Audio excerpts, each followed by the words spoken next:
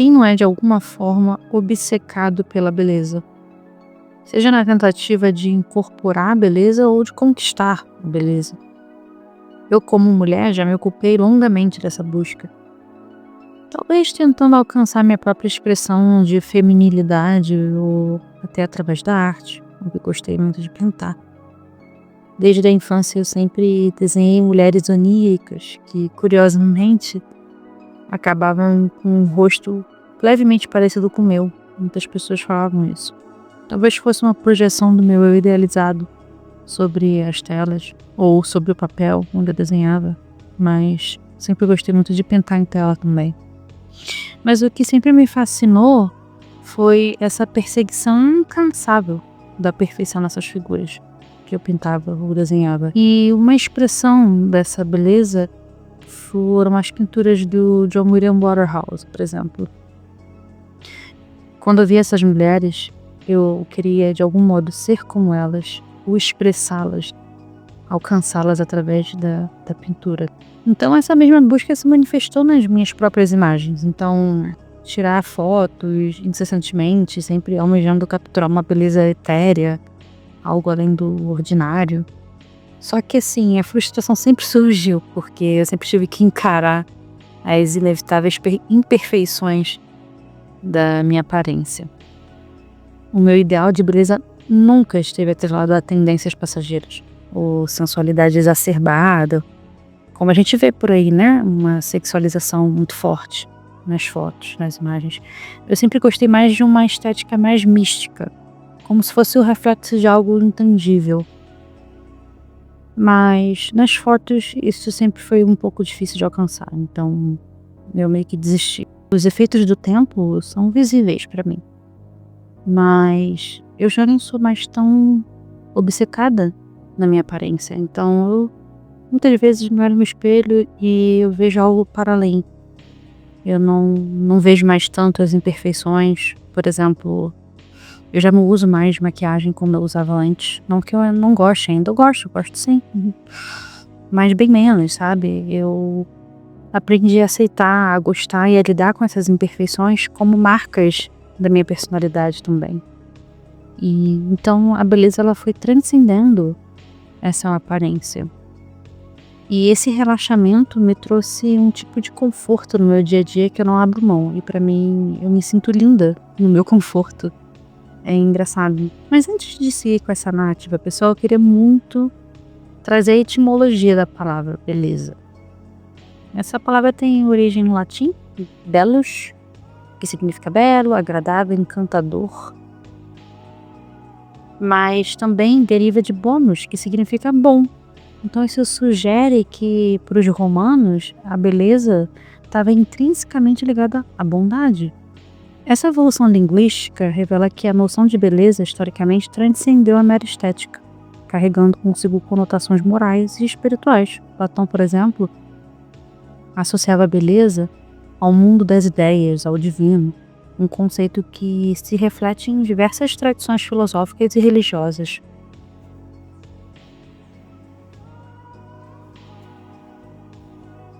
Tem um livro que eu li há anos atrás e que me trouxe um grande impacto dentro desse tema da beleza, da juventude, que é o Retrato de Dorian Gray.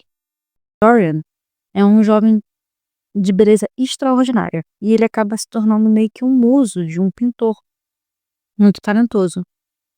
E esse pintor ficou tão fascinado pela beleza dele que acaba imortalizando ele em uma tela, numa pintura, que representa esse auge da beleza do Dorian. E influenciado por um lord aí que era um aristocrata super hedonista, que também ficou apaixonado pela beleza dele, que o Dorian começou a ter? Uma obsessão narcisista pela sua própria juventude, pela sua própria beleza. E ele começou a enxergar a sua juventude e a sua beleza física como o bem mais precioso que ele tinha. Então, ele criou uma relação com o seu retrato, aquela tela dele que foi pintada, de que somente naquela tela ele envelheceria, mas o seu corpo mesmo manteria esse jovem para sempre. Então, enquanto ele se entregava a uma vida de excessos, de corrupção moral, a aparência dele permanecia imutável, enquanto que o quadro só ia se degradando, refletindo a sua alma corrompida. Esse romance é uma crítica ao narcisismo, como vocês podem ver. E a superficialidade e a busca desenfreada pelo prazer sem consequências.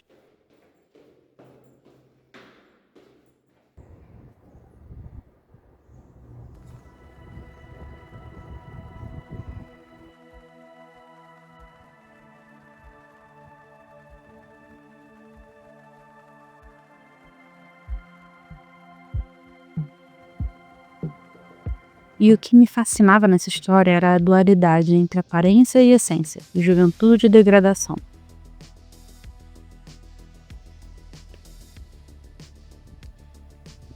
Quando eu me olho no espelho, eu noto uma diferença clara entre a Juliana jovem e a mulher que eu sou hoje. E o curioso é lembrar da insatisfação constante que eu sentia com a minha própria imagem, ao mesmo tempo da euforia que eu sentia quando eu conseguia capturar um ângulo perfeito em uma foto. Agora que eu passei dos 35, eu observo as mulheres mais jovens, também as mulheres mais velhas do que eu, mas eu vejo muitas mulheres mais jovens do que eu que já rejeitam os primeiros sinais do tempo e recorrem a intervenções estéticas. E também jovens querendo evitar, né, esse envelhecimento botox preventivo, né. Parece que a intenção por trás dessas mudanças é sempre bem reveladora, então não é que eu esteja julgando a intervenção estética. Eu nunca cheguei a fazer botox ou preenchimento, porque eu não gosto da ideia de agulhas, injetando coisas no meu rosto. E eu gosto do meu rosto como ele é, e eu gosto de ver o processo de amadurecimento do rosto. Mas eu não julgo quem faça e pode ser que algum dia eu queira fazer, não sei, mas por enquanto tá longe de ser uma prioridade. Mas o que eu tô dizendo aqui é que quando a gente vê essas interferências, essas intervenções estéticas em mulheres e homens também, né, você vê muitos homens também fazendo, mas você vê, por exemplo, homens que tomam, anabolizantes, né, que é algo que realmente faz mal para a saúde, mas traz ali a possibilidade de aumento de testosterona, ganho de massa muscular, né. E na cabeça deles, quanto mais músculo, quanto maior, mais estética eles têm do palco, por exemplo. Ou nas redes sociais, né, então a gente vê entre homens e mulheres essa questão da intervenção na aparência. Quando essa modificação, estética busca harmonia e equilíbrio, por exemplo, um botox para equilibrar, algum preenchimento para equilibrar o rosto, o resultado é sutil e é elegante. Mas quando é movido por uma fuga de si mesmo, os resultados costumam ser desastrosos. Vocês podem perceber. Então, quando você vai fazer alguma alteração desse tipo na sua aparência, você tem que saber muito bem onde você está mexendo, o que que você quer. E saber que você não vai mudar completamente como você é. E se é essa a sua intenção, provavelmente o resultado não vai ser legal. E é aqui que a gente chega a uma questão fundamental. Quando a gente busca a beleza, quais são as nossas referências? A gente está em busca de sermos realmente belos ou apenas aceitos e amados? Porque muitas vezes os padrões estabelecidos pela sociedade ou pela bolha na qual você está inserido não refletem um ideal de beleza genuíno, mas sim certos exageros, erotizações artificiais ou até mesmo algo grotesco.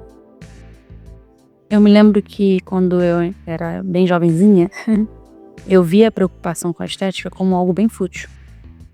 Não que eu não fosse preocupada, mas eu achava que a beleza ela tinha que ser o mais natural possível e não poderia ser uma obsessão, sabe? E no meu primeiro dia de faculdade de filosofia, eu descobri que a gente ia ter aula de estética. E eu, na minha ignorância, eu não sabia que a gente estudava estética na filosofia e eu achei aquilo estranho. Como assim? Algo tão fútil como beleza vai ser discutido na filosofia? Aquilo me intrigou profundamente.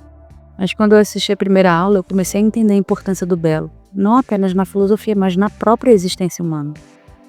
A estética transcende a vaidade, ela é, em essência, uma busca pelo divino, pela harmonia, pelo significado que se esconde por trás da superfície.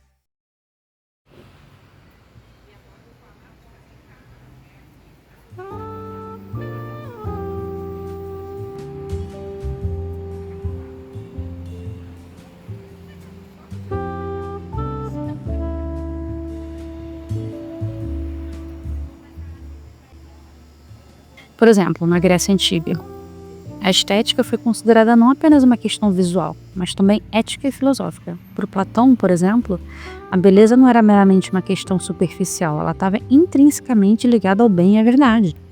No Banquete, ele descreve a ascensão da alma através da contemplação do belo. Primeiro o fascínio pela beleza dos corpos, depois pela beleza das almas, até alcançar a contemplação da beleza pura e transcendental. Mas o que Platão diria sobre a autoestima, por exemplo? Acho que ele vê o cultivo da beleza interior como um caminho para a realização plena. Então o verdadeiro valor não estava na aparência física, mas no refinamento da alma. A busca pela estética sem um fundamento ético era algo vazio. Então é um pouco como acontece na nossa sociedade contemporânea, onde a autoestima frequentemente se confunde com a aceitação social, baseada em padrões fugazes e grotescos, muitas vezes. São Tomás de Aquino, que também foi influenciado pela filosofia platônica e aristotélica, mas que adentrou muito na tradição cristã, ele definiu 3 requisitos fundamentais para que algo seja considerado belo, e eu achei isso bem interessante. A primeira delas é a integridade ou perfeição. A beleza, ela exige que algo seja completo, que não falte nenhuma de suas partes essenciais. Um objeto que está fragmentado, corrompido, ele perde a sua beleza porque deixa de expressar sua totalidade. Então, é aquilo que eu falei, quando você vem com uma interferência, uma intervenção estética que muda muito quem você é, as características do seu rosto, a sua peculiaridade, você deixa de ter uma integridade. Então aquilo passa a ser grotesco, deixa de ser bonito, fica caricato. 2. Proporção ou harmonia. A beleza está numa relação equilibrada entre as partes, na simetria, na ordem, né? A harmonia reflete a ordem divina do universo. É por isso que a gente percebe simetria e equilíbrio como belos. Mas quando a gente fala disso, não é simetria tão calculadamente perfeita, porque a gente consegue ver beleza na assimetria, mas é uma harmonia geral, e muitas vezes isso está ligado até ao local onde você está inserido. A beleza de um ambiente que está harmônico com aquele objeto. E a terceira característica é a claridade, ou esplendor. A beleza ela deve ter um certo brilho, no sentido de expressar claramente a sua essência. É na manifestação da verdade e do ser, que é aquilo que nos permite perceber a beleza com clareza. Então, para Tomás de Aquino, a beleza estava profundamente ligada à verdade, à bondade, que são conceitos fundamentais na teologia cristã e na filosofia medieval, que inclusive era parte da filosofia que eu menos gostava na época da faculdade, mas que hoje em dia, olhando para trás, eu vejo que tem muita coisa interessante ali. Vamos falar um pouco agora sobre autoestima, né? Na psicanálise, por exemplo, Freud associava a autoimagem ao desenvolvimento do ego e relações primárias com os nossos pais. Para ele, a forma como a gente se vê é um reflexo dessas primeiras experiências de amor e de validação. Mas para o Lacan, por exemplo, né, que veio posteriormente, o seu conceito de estágio do espelho. A criança se reconhece no espelho e se percebe como um eu, mas essa imagem é sempre mediada pela autoridade. Em outras palavras, nossa autoestima é um jogo constante entre como a gente se vê e como a gente acredita que é visto pelos outros. Winnicott, por exemplo, falava sobre o verdadeiro self e o falso self. E é engraçado que na filosofia védica eles também falam do falso ego.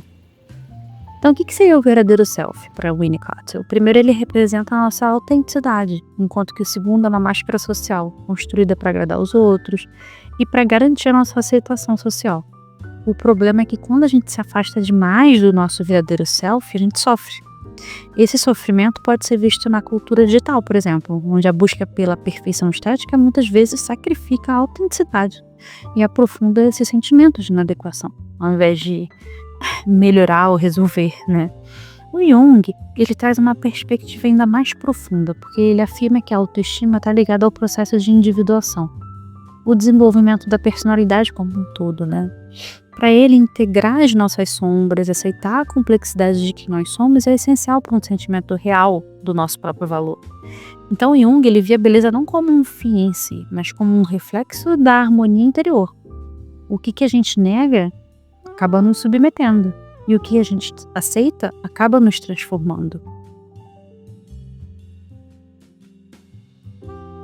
Dorian Gray personifica esse embate entre aparência e essência.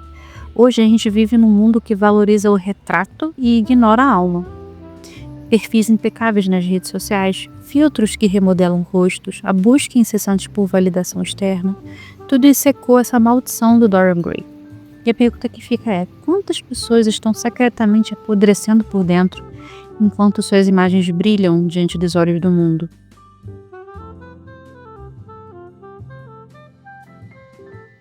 Acho que existe um caminho para além dessa armadilha aí, hein?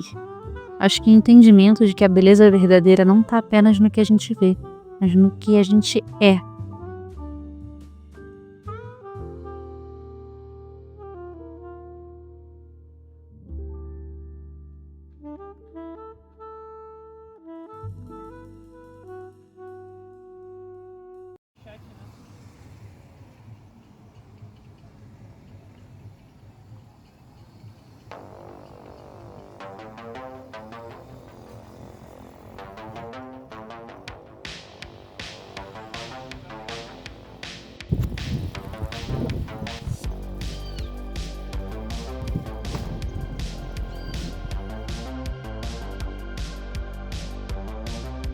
E é aqui que a filosofia védica oferece uma visão profundamente diferente. Na tradição védica, a beleza não é apenas uma característica física, mas uma manifestação do divino. A beleza suprema é atribuída a Krishna, que é Deus, que é descrito como o ser mais belo do universo, irradiando esplendor transcendental que cativa até os próprios deuses. No Srimad Bhagavatam, Krishna é descrito como a personificação da beleza transcendental. Ele não apenas possui uma aparência encantadora, mas a sua beleza vai além do físico, porque ela está associada à pureza, ao amor e à verdade. A beleza do Senhor Krishna era tão cativante que as gopis ficavam completamente absorvidas nele. Elas não podiam pensar em mais nada, pois seus olhos estavam presos à sua forma encantadora.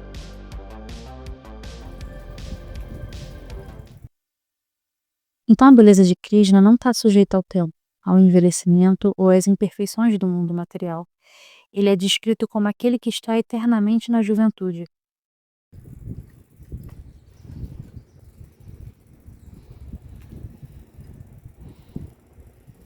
Eu quero lembrar um pouco agora das apsaras, que é um bom exemplo sobre como a beleza também é abordada na filosofia védica, na literatura védica.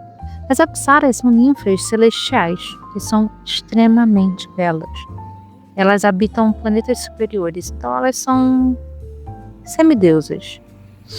E o que dizem é que nenhum homem na Terra consegue resistir à beleza dessas apsaras. Elas são realmente hipnóticas. E elas são frequentemente mencionadas nas escrituras como sedutoras dos grandes sábios, que são os rishis, né? Esses sábios, os rishis, eles faziam grandes austeridades, meditação no meio da floresta, para alcançar níveis espirituais mais elevados. Só que essas apsaras, elas eram enviadas pelo rei dos deuses, que é Indra. Por quê?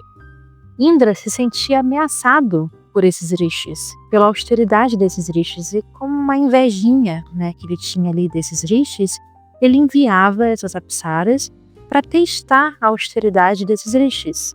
E testar não só a austeridade, como a devoção desses grandes yogis. Vou falar aqui de uma história bem breve de Vishamitra e Menaka, que se passa no Ramayana, uma história incrível que tem nos Vedas. Vishamitra era um sábio muito poderoso, um rishi muito poderoso. Então ele passou muitos e muitos anos meditando profundamente, buscando uma iluminação espiritual. E Indra sentiu inveja dele, né? Temendo que ele se tornasse mais poderoso do que ele e ameaçasse o seu reino. Então ele mandou a belíssima Apsara Menaka para seduzir ele. Ele não resistiu. Ela era muito poderosa, a beleza dela era algo arrebatador. Então ele perdeu séculos de austeridade, porque ele tinha passado já séculos meditando. Naquela época, segundo relata lá nos Vedas, as pessoas viviam 1000 anos aqui na Terra. Ele percebeu o quanto ele tinha desperdiçado esse tempo. Então ele decidiu tomar o caminho dele e não continuar com ela. Depois foi mandada uma outra apsara por Indra, mas ele já estava meio ligado nisso, você sabe, né, então ele não caiu. E aí o que ele fez? Ele transformou ela numa pedra. E essa pedra ela meio que simboliza que a beleza meramente externa pode se tornar um fardo, se ela for usada para distração e luxúria. Essas histórias, elas mostram como a beleza física pode ser tanto uma bênção quanto uma armadilha. Enquanto esses sábios procuravam se libertar da ilusão material, os seres celestiais muitas vezes permaneciam presos a esses prazeres sensoriais. Os semideuses, que eram chamados de devas, como Indra, por exemplo, eles sempre tiveram dificuldade em alcançar a libertação. Muito mais do que os seres humanos, porque eles vivem cercados de luxo, de prazeres e de beleza, e isso mantém eles presos no mundo material. Aqueles que desfrutam dos prazeres celestiais, depois de esgotarem seus méritos, retornam ao mundo mortal. Assim, aqueles que buscam prazeres sensoriais transitórios permanecem presos ao ciclo de nascimento e morte.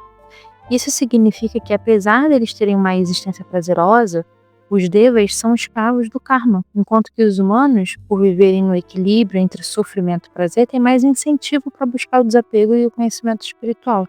A beleza é apenas uma ilusão que captura a mente e desvia a alma da sua verdadeira identidade espiritual. A tradição védica ensina que a verdadeira beleza realmente vem de dentro. Krishna é chamado de Madhava, é aquele que é infinitamente doce e encantador, mas a sua beleza não está somente na sua forma, mas nas suas qualidades como inteligência, compaixão, coragem e amor incondicional. Assim como as apsaras mostram o perigo da ilusão dos sentidos, Krishna mostra a verdadeira beleza, aquela que nunca envelhece e que reside na alma. E segundo os Vedas, todos nós carregamos um reflexo dessa beleza. Somente aqueles que renunciam à fascinação pela beleza ilusória do mundo podem ver a verdadeira face do divino.